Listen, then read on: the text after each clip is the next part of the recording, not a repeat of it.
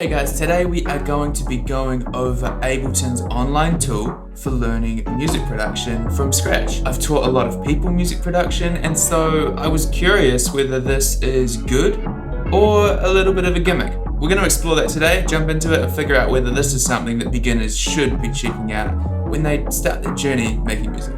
It's cool that it's accessible to everybody. Like, you just need your browser. To get started, check the boxes below. Each one contains a small piece of music. Click to turn it on or off.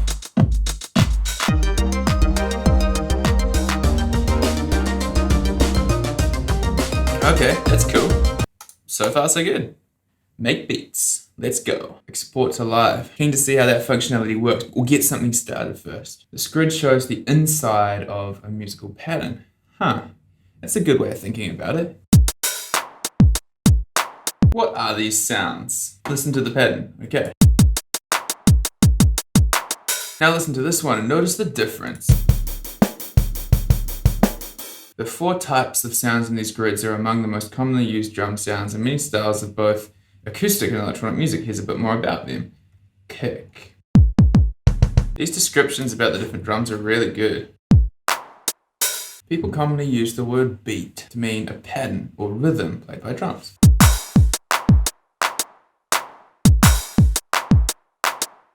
Was that what I was supposed to do? Oh. Helps if you read. To hear a steady beat, add notes on the kick line at the positions labeled 1, 5, 9, and 13. I'm kind of digging that vibe though.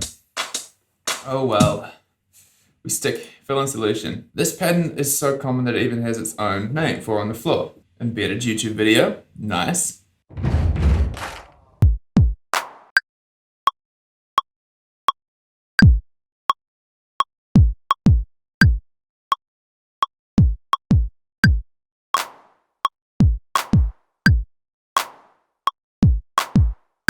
Yo, the quantize in this is really strong, which is great for beginners. You can think of a scale as something like an artist's palette of paint. It's a subset of all the available notes chosen because of the way they relate to each other. Each type of scale has a distinct sound, and many people have particular emotional associations with particular scales. This is a great point. That's a really great point. That's a great way to learn scales. Minor. Yo, this is cool. They're reflecting it as a black note there, nice. Try making some music with all 12 pitches. This is great. This is getting people used to the concept of a chromatic scale and giving them the opportunity to make music with it, but also acknowledging that some of them sound wrong. You know, you get people exploring. Now that you've learned a bit about notes and scales, spend some time creating your own patterns. This is cool. We're getting people into the concept of modes without even getting into the theory. This is teaching people modes purely from the basis of they've got different flavors, they've got different emotions. That's a good way to introduce people to modes. Mary Had a Little Lamb. The famous children's song is best known for the melody. You know, when I started this, I didn't think that I would be listening to Mary Had a Little Lamb played on Ableton's website. 1, 5, 6, 4, the most common chord progression, here we go. Love this Axis of Awesome video. It's a great contribution to mankind's understanding of music. But the 1, 5, 6, 4 progression that we all know and love.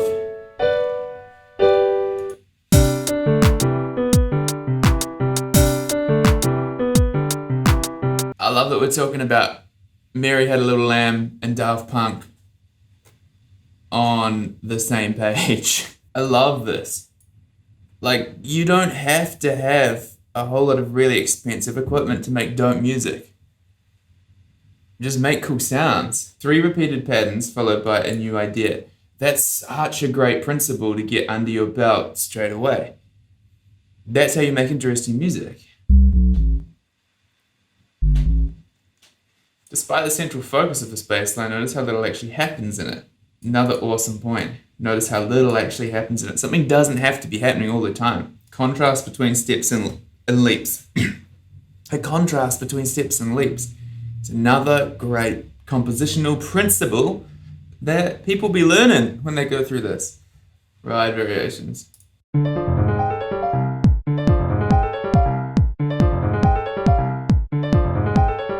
That's something that Dead Mouse does a lot. I love this kind of thing where it starts with one rhythmic expectation but then changes it up when the kick comes in. So fun.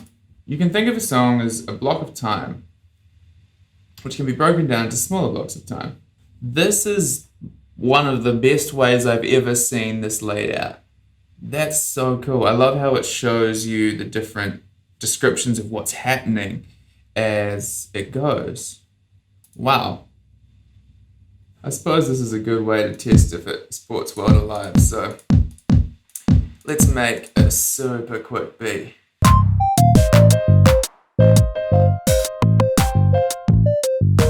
Your music will be exported to Ableton as an Ableton Live set. Download.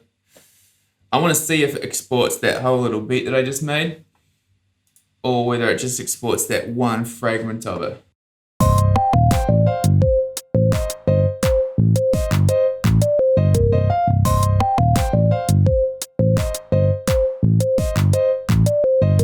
That's a very easy way to introduce people to Ableton. That's great that it does that. Spelling of notes. As you change tonics, notice that notes sometimes are written with flats and sometimes with sharps. There are a few simple rules that explain the right way of spelling for every note. The pattern of half-whole steps is always this, yes. In order to maintain this half-whole pattern, some notes will need flats and sharps in every major scale. Each letter can only be used once, that's good. The letter names always occur in alphabetical order. I find it kind of amusing that they're teaching this, which is great, but one of my biggest pet peeves about Ableton is the fact that it always shows up as sharps in the piano roll, and like that's not how it works if you're writing in a key with flats. I don't know if they'll ever change that, but it's cool that they're teaching it. This is great. Building minor scales. Okay. This is not typically how I would teach it, but I can see where they're going with this. I'm really interested in what they have to say about modes. I find modes is typically one of the most confusing topics taught. The C major scale corresponds to the white keys in a piano keyboard beginning with the note C. But you can use the same collection of notes to create 7 more scales called modes, simply by starting in a different place. Here's the C major scale. By starting on D instead of C, gives you the D Dorian mode.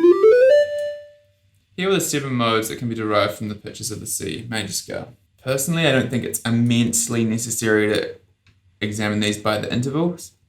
You can think of the modes as being rotations of each other. I've never heard of that term, rotations of each other. I don't really like this kind of explanation of the modes. I think it's better to compare the modes based on formulas relating to the major scale. It is good that you can hear them here though, but I think making that connection with the formulas to the major scale is a lot better. The pentatonic scale is a 5-note scale that is common in many types of music. Whole tone. Yep, doesn't really tell us anything else about it though. This is like given a very extremely good introduction to a whole lot of basic principles of songwriting and music theory. Then it's just dived into these advanced topics, but I don't think it's giving it's just brushing over them too quickly. It's like, this is like an abstract, a brief summary of advanced topics that you can think about, which I guess is awesome because it's introducing people to the concepts and the fact that they can play them, it's showing them the sounds. Maybe people might want to explore later, but it's not really showing you how to use any of these different things. Pelog is a 7-note scale found in Indonesian music. Unlike Western music scales, both the intervals and the specific pitches vary widely. This is just one example of a construction of a Pelog scale. There is no association with the 12 notes available in Western music. These pitches are between the cracks. Again, I think it's awesome that they're introducing this idea that there is music outside of our typical Western framework, but I don't think they've done a very good job of explaining what between the cracks means. We're just like brushing over topics here. It's a little disappointing given how awesome the first half of this. The chromatic scale is created by dividing an octave into 12 equal parts, but there is no reason why the octave can't be divided in other ways. Some musicians have experimented with dividing the octave into 19 notes and have written music using this 19-tone scale.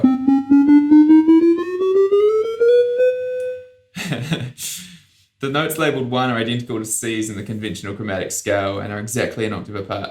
all of the other notes between the cracks are between the cracks of the notes in the chromatic scale. I guess that kind of explains the thing before. The scale examples in these lessons represent just a small sampling of a huge number of possible scales. This is true. But this advanced topic section is like when you get one of those like sample packs, like you buy some chocolates or whatever, and it's like a little sample pack, and you have a taster of each one, and like, oh yeah, this is interesting. But you don't really know what to do with it. Doesn't really tell us anything more than being like, this is a thing.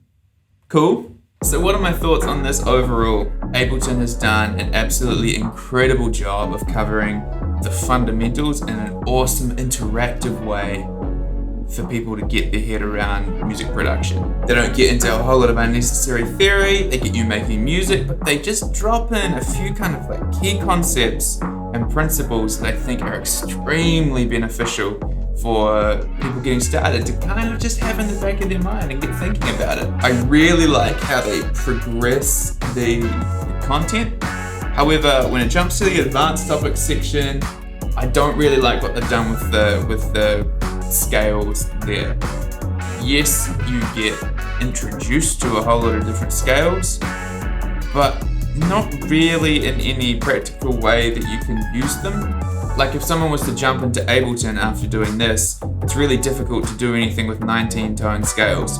And they didn't explain what you're supposed to do with whole tone scales or diminished scales. They didn't really go into the modes, so they kind of just brush over these topics. I think what they said about chords and inversions is really excellent, but overall, I think this is one of the best resources I've seen in introducing people who are interested in doing some stuff with music production to basic music theory principles as well. So, yeah, go Ableton, this is dope. I'm probably gonna make all my students mess around with this. If you enjoyed this video, make sure you hit like, subscribe to the channel. I'm thinking about doing a little mini series of things that people who are interested in getting into music production for the first time should look at. Because I've been discovering a few cool things recently that I think are just great. So if you want to see more of that kind of stuff over the next wee while, make sure you're subscribed, and I will catch you guys next time.